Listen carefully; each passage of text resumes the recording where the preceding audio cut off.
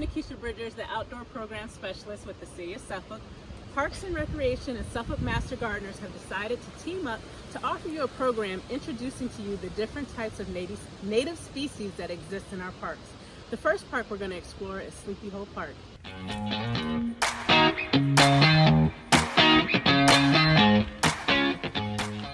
Hi, I'm Emily Foster. I'm with the Master Gardeners Association based out of Suffolk. I am a wetland scientist and specialist, and I'm here to talk about some native plants that we have here at Sleepy Hole Park in Suffolk, Virginia. Right. So this is mayapple. It's one of our Virginia native ephemerally blooming species. It blooms in early spring, and then the plant develops this little fruit. Let's see if we can find one. Okay, so this is what the young fruit of the mayapple looks like. It ripens in summertime when the plant begins to turn yellow and die. The fruit itself, actually, it'll turn yellow and it's edible, but it should be approached with caution because the leaves, the stem, and the rhizome of the plant are highly toxic, and so are the seeds. So if collected, it should only be consumed in small quantities. I've read in the Peterson Edible Wild Plant Guide that it can be used to make jellies. So this here is Dogbane. The scientific name is Apocynum cannabinum. It's toxic. It looks like very similar to common milkweed, but it's not a milkweed, and it is not, as far as I know, a host for the monarch butterfly. It is, however, poisonous like milkweed, and if it's wounded, it emits a sticky white sap, very similar to milkweed. So this is our native Christmas fern, Polystichum acrostichoides. It's one of the most common ferns in North America, and it's one of the easiest to identify. The way I was taught to identify it is if you look at the leaf, it almost looks like a little stocking, like a Christmas stocking. So, and it's evergreen and perennial. So it's very common to see it out in the woods like this. So this is another native Virginia shrub. It's called horse sugar or sweetleaf. Symplocos tinctoria is the scientific name. So for anyone who wants to know what the difference is between poison ivy, which has leaflets of 3, and Virginia creeper, which has leaflets of 5. These are those two species. Virginia creeper, the scientific name is Parthenocissus quinquefolia. It is not toxic if you are to touch it, like poison ivy is. And it's a common viney native. And poison ivy is actually a Virginia native species. It's not desirable because it causes a rash on your skin if you touch it, but it is a native species. Many people think it's invasive, but it's not. A mature form of poison ivy looks like. It has a really hairy vine, and it climbs up trees and can get really, really thick, actually, unbelievably large. And you can see the fruiting structures up above of this growth form. These are some of our native Virginia wetland plants, which are my specialty and my favorite to see, especially when in this area you often see everywhere taken over by the highly invasive Phragmites australis, which is common reed. You could probably see some in the background back there. This right here is Arrowwood, Peltandra virginica.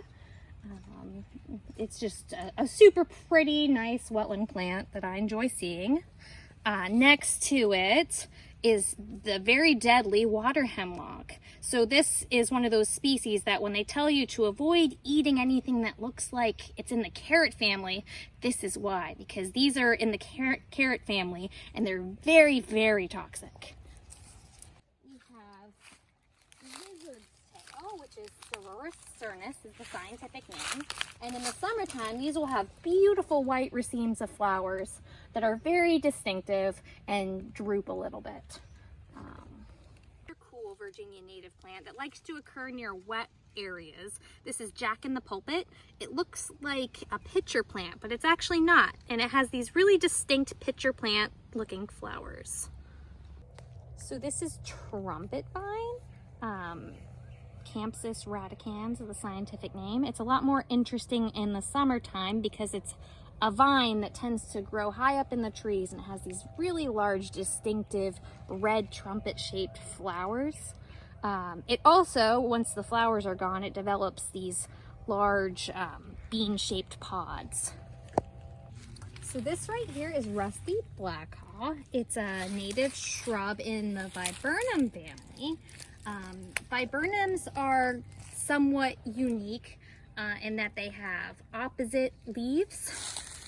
Where the leaves come out, they come out exactly opposite each other on the stem, as opposed to alternate, where then a leaf and they're not occurring at the same point on the stem. Only maples, ash, dogwoods, and viburnums and fringe tree grow in this pattern from our shrubs and trees. This is Arrowwood, another native viburnum. The scientific name is Viburnum dentatum, and it develops very lovely white flowers, just like the previous viburnum that we looked at. This right here is a Blackeyed Susan. They're lovely flowers that are bee-friendly. They look like a yellow daisy with a black center. They're one of the more common and very prolific natives. So this is the coastal sweet pepper bush, and it's one of my absolute favorite native shrubs to see because when these flower in the summertime, they'll be on big white racemes of flowers that attract pollinators, and they smell divine. This is a sassafras shrub. These are one of our native shrubs. If you are to crunch one of the leaves up, it gives a really citrusy smell that's quite pleasant. But the coolest thing about this species is the roots. Actually, if you ever dig up a root and scrape it with a fingernail, it gives off this really strong odor of root beer. And I believe it's what folks used to use to brew homemade root beer back in the day, although recent studies have found that it's a mild carcinogen, so it's not really advised to use it for that purpose anymore. So this is the native black cherry. This is Prunus serotina. It has these beautiful white racemes that will develop into very small round fruits, not too similar to culinary cherries that you see in the grocery store. They're much smaller, more of like a berry shape. Birds love them. They're actually good for making jams and jellies still, even though most people don't realize that they're here and they're edible. Thanks for joining. Bye.